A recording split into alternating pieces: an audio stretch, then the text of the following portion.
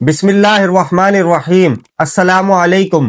وہ عورتیں جن کے لیے زنا کی سزا معاف ہے، ان عورتوں کے لیے زنا جائز ہے۔ ایسی عورتیں جتنا مرضی زنا کر لیں، ان پر کوئی حد نہیں لگے گی اور نہ کوئی سزا ملے گی۔ محترم ناظرین، بظاہر تو یہ بات آپ کو بہت عجیب لگے گی کہ زنا کا مرتکب ہونا بہت بڑا گناہ ہے، لیکن آخر کیا وجہ ہے کہ اگر اس طرز کی عورتیں، ایسی خصوصیات رکھنے والی عورتیں زنا کر بھی لیتی ہیں تو ان کو کوئی گناہ نہیں ہوگا، ان کے لیے زنا جائز ہے۔ محترم ناظرین، کیا آپ کو معلوم ہے کہ زمین بولتی بھی ہے، سنتی بھی ہے، خوشی غمی کو بھی محسوس کرتی ہے اور اس کا اظہار بھی کرتی ہے۔ ایک روایت ہے جس کا مفہوم کچھ اس طرح ہے کہ آپ علیہ الصلوۃ والسلام نے فرمایا، دو موقع ایسے ہیں کہ جن پر زمین روتی ہے۔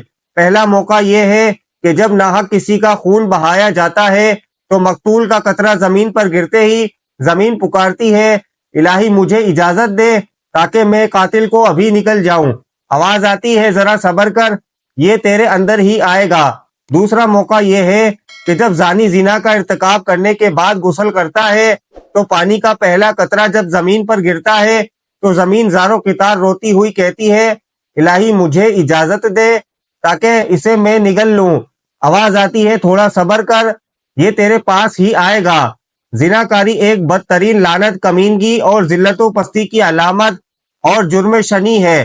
اس کا مرتکب وہی شخص ہوگا جس کے دل میں خوف خدا، عذاب آخرت کا ڈر اور وہ نہایت ہی بے غیرت، بے شرم اور بے حمیت جس کی انسانیت حیوانیت سے مغلوب ہو چکی ہو، اس جرم شنی اور حرکت قبیحہ کا ارتکاب کا مجرم ہو سکتا ہے۔ قرآن کریم نے زنا تو کیا، اس کے قریب جانے سے بھی منع فرمایا۔ بدکاری کے پاس نہ جاؤ، بے شک وہ بے حیائی ہے اور بہت ہی بری راہ ہے۔ چنانچہ ارشاد باری تعالی ہے کہ پس اگر وہ توبہ کر لے اور اصلاح کر لے تو ان سے منہ پھیر لو، بے شک اللہ تعالی توبہ قبول کرنے والا اور رحم کرنے والا ہے۔ عورتوں میں سے جو بے حیائی کرے یعنی زنا کروائیں اور ان کے بارے میں گواہی مل جائے تو ایسی عورتوں کو گھروں میں بند کر دو یہاں تک کہ ان کو قید میں رکھو کہ وہ مر جائے، یا اللہ تعالیٰ ان کے لیے کوئی اور بہتر راستہ نکالے۔ اور جو مرد ایسا کرے تو انہیں ایذا دو، پھر اگر وہ توبہ کر لے اور اپنی اصلاح کر لے تو ان سے منہ پھیر لو، بے شک اللہ تعالیٰ توبہ قبول کرنے والا ہے۔ محترم ناظرین، حضرت علی رضی اللہ تعالیٰ عنہ کے بے شمار واقعات تاریخ کی کتب سے ملتے ہیں جن سے ہمیں رہنمائی ملتی ہے۔ انہی میں سے ایک ایسا واقعہ بھی ملتا ہے جو زنا کے متعلق ہے اور اپنی نوعیت کا عجیب واقعہ ہے۔ یہ واقعہ اس طرح سے بیان کیا گیا ہے کہ ایک روز حضرت علی رضی اللہ تعالیٰ عنہ مدینے کی ایک گلی سے گزر رہے تھے تو آپ دیکھتے ہیں کہ چند لوگ ایک عورت کو گھسیٹ کر لے جا رہے ہیں۔ وہ عورت خوف سے کانپ رہی تھی اور مرد اس کو گھسیٹ کر لے جا رہے ہیں۔ جب حضرت علی نے یہ منظر دیکھا تو ان لوگوں سے پوچھا کہ تم اس عورت کو کیوں گھسیٹ کر لے جا رہے ہو؟ تو ان لوگوں نے حضرت علی سے کہا کہ اس عورت نے زنا کیا ہے اور امیر المومنین حضرت عمر بن خطاب رضی اللہ تعالیٰ عنہ نے حکم دیا ہے کہ اس عورت کو سنسار کر دیا جائے۔ حضرت علی نے جب ان لوگوں کی بات سنی تو آپ نے اس عورت کو ان لوگوں کے ہاتھوں سے چھڑا لیا اور کہا کہ اس معاملے کو میں خود دیکھوں گا۔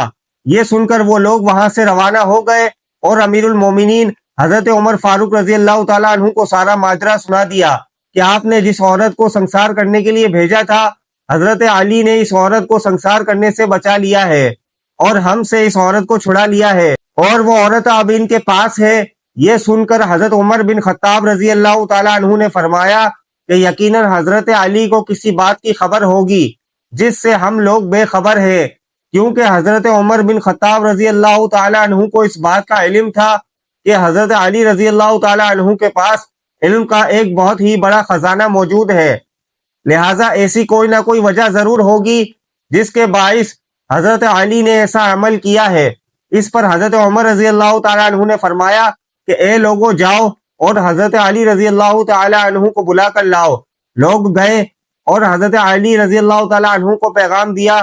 کچھ ہی دیر بعد حضرت علی رضی اللہ تعالیٰ عنہ وہاں پہنچ گئے۔ حضرت عمر بن خطاب رضی اللہ تعالیٰ عنہ نے حضرت علی سے پوچھا کہ اے علی، کیا وجہ ہے کہ تم نے لوگوں کو اس عورت کو سنسار کرنے سے روکا؟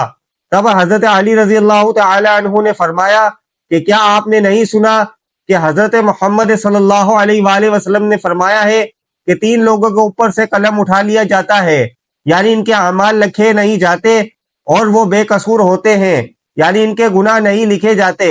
ایک وہ آدمی کہ جو سویا رہا یہاں تک کہ وہ بیدار ہو جائے، دوسرا وہ کہ جو نابالغ ہو یہاں تک کہ بالغ ہو جائے، اور تیسرا وہ جو ہوش میں نہ ہو کہ دیوانہ ہو، درویش ہو۔ حضرت عمر بن خطاب رضی اللہ تعالی عنہ نے جب یہ سنا تو فرمایا، ہاں، رسول کریم صلی اللہ علیہ وآلہ وسلم کو یہ بات ارشاد فرماتے ہوئے میں نے بھی سنا ہے۔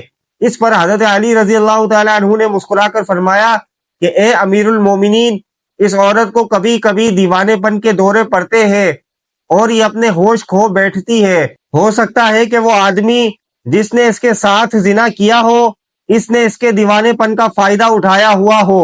حضرت عمر رضی اللہ تعالیٰ عنہ نے جب یہ سنا تو اس عورت کو رہا کرنے کا حکم دیا۔ محترم ناظرین، اس واقعے سے ہمیں معلوم ہوا کہ ایسے کون سے لوگ ہیں جو زنا کر کے بھی بے قصور ہوتے ہیں۔ حضرت علی رضی اللہ تعالیٰ عنہ کے پاس علم کا ایک بہت ہی بڑا خزانہ موجود تھا، اسی لیے انہیں باب العلم بھی کہا جاتا ہے۔ حضرت علی رضی اللہ تعالیٰ عنہ کی زندگی کا ایک اور قابل ذکر واقعہ ہے۔ حضرت علی اپنی ہی عبادت پورے وقت پر ادا کیا کرتے تھے۔ یہی بات کفار اور منافقین کو کسی بھی صورت بھاتی نہیں تھی۔ ایک روز منافقین نے یہ طے کیا کہ جب حضرت علی رضی اللہ تعالیٰ عنہ نماز ادا کرنے لگے تو وہ انہیں عبادت سے دور رکھیں گے اور انہیں باتوں میں مشغول کر کے ان کی عبادت میں خلا پیدا کر دیں گے تاکہ ان کی عبادت تاخیر کا شکار ہو جائے۔ لہٰذا انہوں نے عصر کے وقت جب دیکھا کہ حضرت علی رضی اللہ تعالیٰ عنہ نماز کے لیے تشریف لے کر جا رہے ہیں تو انہوں نے آپ علیہ الصلوۃ والسلام کو روکا اور کہا کہ اے علی، ہمیں ایک سوال کا جواب دیجئے کہ وہ کون کون سے جانور ہیں جو بچے دیتے ہیں اور کون کون سے جانور ہیں جو انڈے دیتے ہیں۔ ان کا خیال تھا کہ جب حضرت علی رضی اللہ تعالیٰ عنہ ہمیں جانوروں کے نام گنوانا شروع کر دیں گے تو اس عمل میں کئی گھنٹے لگ جائیں گے اور یوں آپ کی نماز قضا ہو جائے گی۔ حضرت علی رضی اللہ تعالیٰ عنہ نے منافقین کا یہ سوال سن کر اپنا دایاں پاؤں مسجد کے اندر رکھا اور مسکراتے ہوئے فرمایا کہ وہ تمام جانور جن کے کان باہر ہوتے ہیں وہ بچے جنتے ہیں، جبکہ وہ تمام جانور جن کے کان اندر کی جانب ہوتے ہیں وہ انڈے دیتے ہیں۔ یہ کہہ کر آپ نے اپنا بایاں پاؤں بھی مسجد کے اندر رکھا اور نماز کے لیے تشریف لے گئے۔ یہ سن کر منافقین کے چہروں پر مایوسی چھا گئی اور وہ حیران پریشان کھڑے ہو کر حضرت علی رضی اللہ تعالیٰ عنہ کو نماز ادا کرتے دیکھتے رہے۔